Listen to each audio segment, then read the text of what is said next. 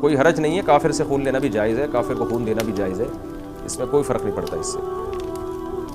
خون ویسے بھی باقی نہیں رہتا، ختم ہو جاتا ہے نا، بلڈ جو ہے وہ تو ایک پروسیس کے تحت نیا بنتا رہتا ہے، پرانا ختم ہوتا رہتا ہے، کوئی حرج نہیں ہے اس میں۔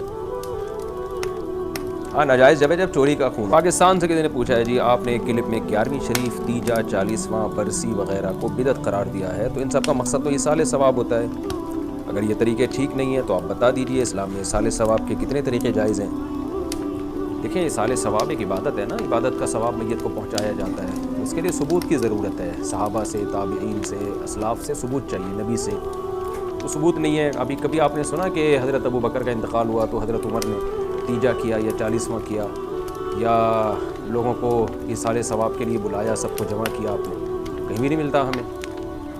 تو ایصال ثواب ایک انفرادی عمل ہے، جہاں انفرادی ہو وہاں اجتماعیت ثابت نہیں ہے، اجتماعیت بدعت ہے۔ فجر کی 2 سنتیں ہم انفرادی پڑھتے ہیں نا، تو اگر کوئی جماعت سے فجر کی 2 سنتیں پڑھنا شروع کر دے، ظہر کی 4 سنتیں جماعت سے پڑھنا شروع کر دے، تو اس کو بدعت عمل کہا جائے گا۔